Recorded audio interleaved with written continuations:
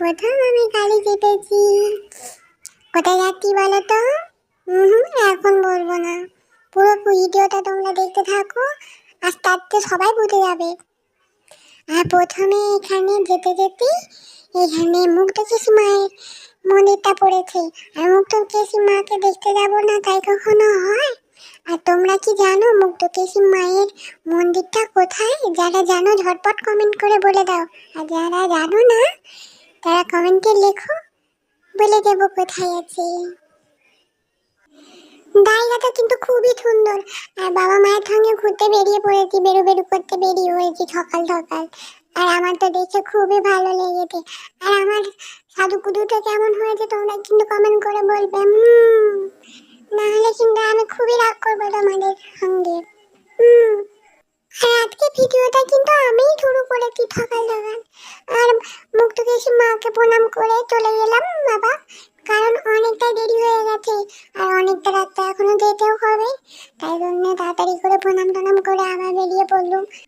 আর এমনিতেও একটু লেট হয়ে গেছিল বেরোতে, কারণ শীতকালে ব্যাপার তো, লেট ছেড়ে উঠতে ইচ্ছা করছিল না, সকাল সকাল বেরোতে হবে তার জন্য। আর মায়ের মুখটা কি তোমরা কেউ দেখতে পেলে? কি করবো বলো, মায়ের দরজাটা তো বন্ধ ছিল, দরজাটা পেরেছি, দেখানোর চেষ্টা করেছি। আর বাইরেটা দেখো কি সুন্দর। আর ওখানে কি একটা মন্দির হয়েছে, ওখানে যদিও বা যাইনি, মাকে দর্শন করেই কিন্তু বেরিয়ে পড়লাম। আর একটা কথা তোমাদের সাথে বলতে ভুলেই গেছি, আমি আর মা আর পাপা কিন্তু যাইনি, আমরা চারজন মিলে গেছিলাম, ঠাম্মি আর দাদানও গেছিলাম, চারজন মিলেই গেছিলাম। আর চলো এবার না বক বক করে যাওয়া যাক।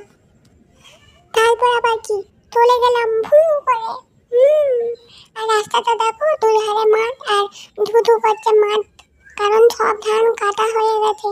আর রাস্তাটা ভালো লাগছে কারণ একটু একটু গাছ আছে বলে। আর আমি তো মায়ের কোলে ছিলাম, ভালো করে অত কিছু দেখতেও পাচ্ছিলাম না। তারপর আর কি ভাবলাম যে পাপা সামনে আছে, তাহলে পাপার কাছেই যাওয়া যাক।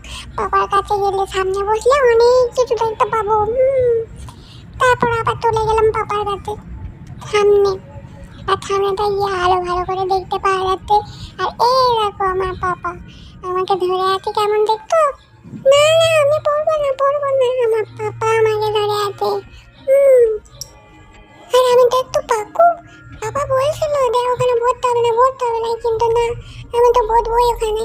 তো তাই জন্য আমাকে পাপা এরকম করে ধরে আছে, দেখতো, যাতে আমি না পড়ে যাই। আমি খুব কি দুষ্টু, তোমরাই কমেন্ট করে বলো তো আমি কি দুষ্টু?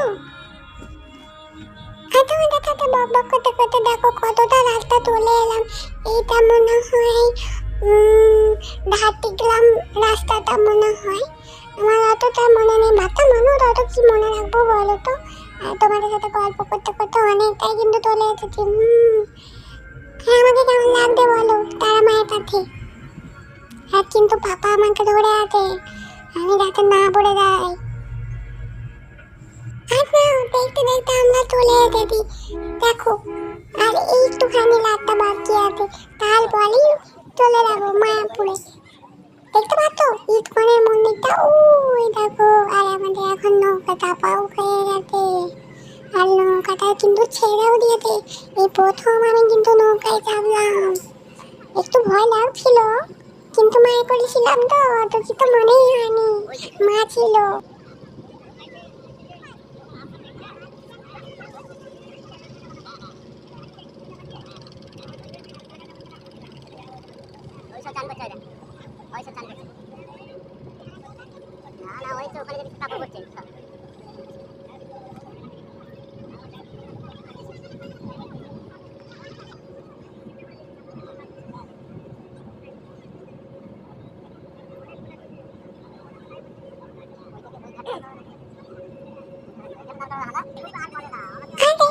আমরা চলে এসেছি, চলে এসেছি।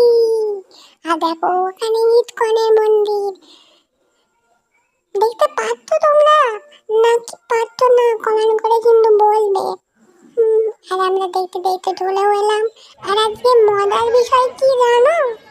আমার পাপা তো সারাদিন বাড়িতে থাকে না, জলে আর বলে আমাকে হাতে করে নিয়ে নিয়ে ঘুরবি। সময়ও পায় না। আর আজকে না আমি সারা মায়াপুর ইস্কন মন্দিরটা সারা জায়গাটা আমি পাপার করে করে ঘুরেছি। এটাই আমার একটা মজা। আর সব কিছু আমি দেখেছি আমার পাপার কোলে বসে বসে। আমার পাপা সারাদিন কাজে থাকে, আমাকে সারাদিন নিতেও পারে না, কিছুই না। কিন্তু হ্যাঁ, যখন সকালবেলা কাজে যায় তখন আমাকে দেখে দেয়। আর তো এইটা যখন খোলা কাজ আছে, থেকে তোকে বাড়ি ঘুরে ফেরে দেখতে দেখতে তখন আমাকে দেখে যে আমার লাড্ডু বেটা কি ঘুরবি করছে, ঘুমিয়ে পড়েছে না জেগে আছে।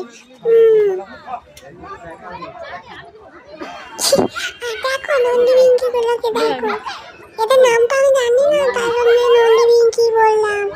দেখো কত বড় বড় ছিং, একবার যদি পেটে ঢুকে দেয় না আর বাঁধতে পারবে না। ওলে বাবা লে চলে যায় বাবা। আর এবার আমরা কোথায় যাচ্ছি বলো তো? গোশালায় গো মাতাদের দেখতে। মায়াপুর যাবো আর গো মাতাদের দেখবো না, এটা কখনো হতে পারে নাকি?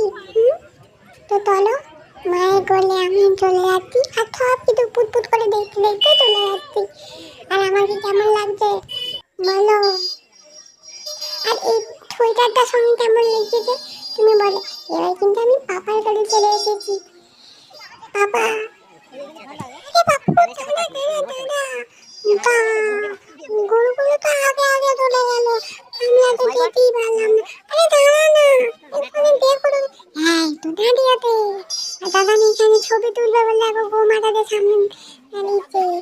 যখন মারবে না আমি ভুঁড়ি ফাঁসিয়ে দেবে। দেখো গোশালায় চলে এসেছি। আর কথা বলবো না বাপু, আমাদের সাথে কথা বলতে বলতে আমার মুখ ব্যথা হয়ে গেছে। ভিডিওটা কেমন লাগলো অবশ্যই কমেন্ট করে জানাবে।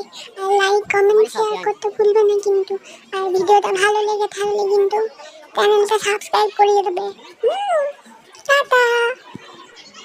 হ্যালো বন্ধুরা, ভিডিওটা তোমাদের কেমন লাগলো আর মায়াপুর যাওয়ার সম্পূর্ণ ভিডিওটা তোমাদের কেমন লাগলো কমেন্ট করে কিন্তু বলবে। আর ইন্ট্রোটা কিন্তু আমার লাড্ডু সোনাই দিয়েছে, আর প্রথম থেকে মাঝখান অবধি আমার লাড্ডু সোনাই দিয়েছে। আর এখানে দেখো গোমাতাদের আমরা দেখতে চলে এসেছি। আর দেখো গোমাতাগুলোকে দেখে কত সুন্দর দেখতে লাগছে, আর শিংগুলো দেখো কত বড় বড়। আর কিন্তু গোমাতাগুলো কিন্তু কাউকেই গুঁতোতে আসেনি বা মাথাও নাড়েনি, এত শান্তশিষ্ট। আর সব জায়গায় তো ক্যামেরা করতে পারবো না, তো যে জায়গাগুলো ক্যামেরা করা যায় আর করতে পারবো সেই জায়গাগুলো আগে ঘুরে নিয়েছি।